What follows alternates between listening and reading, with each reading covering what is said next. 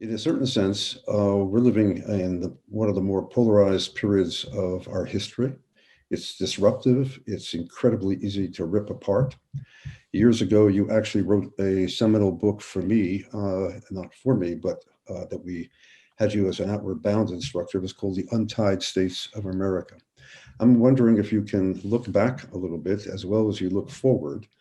And in particular, think with me about an anecdote I heard from you once, which was what would happen, or perhaps did happen, when you spoke before the cadets at West Point.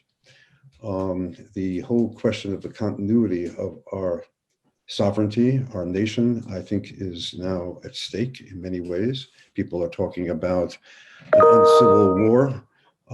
We're ripped apart in so many ways, not least by the manner in which we are so judgmental. And the reason in a major way that I deeply appreciate your book is not only the exponential rate of technology, but what impact it has on our political structure and the way in which we have lacked capacity for humane discourse.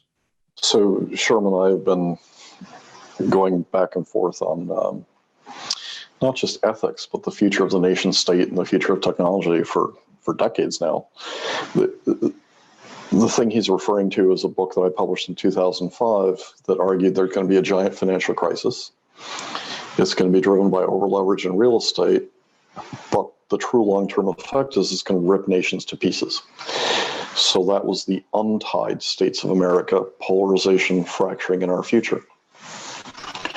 And it was written as a warning, not as a manual of how to. So as you're thinking about that, 3/4 of the nations in the world, the flags, borders, and anthems didn't exist a few decades ago.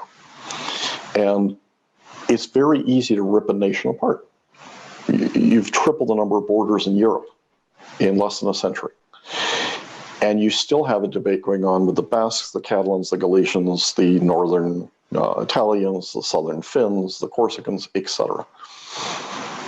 When it comes to the United States, we think, even if we spend several $billion convincing 51% of the population that you never, ever want to associate with those others over here because they are different. They are pedophiles. They are baby killers. They are rednecks. They are elitists. They are this, that, or the other. You can and will rip a nation to pieces. So the question Sherm's referring to is the question that I ask cadets at West Point when I'm privileged to lecture there. And the first question I ask them is, how many stars do you think will be in the US flag in 50 years?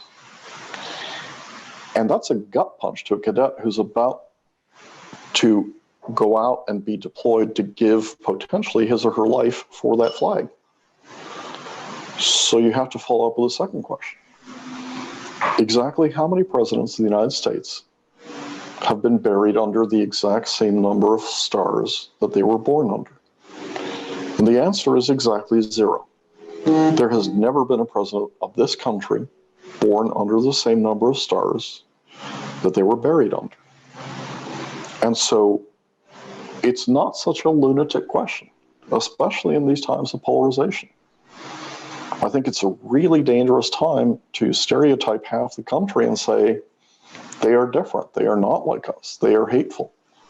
Again, because what it does is it creates an umbrella where the truly evil can say, well, everybody does this, and therefore you can't judge me separately.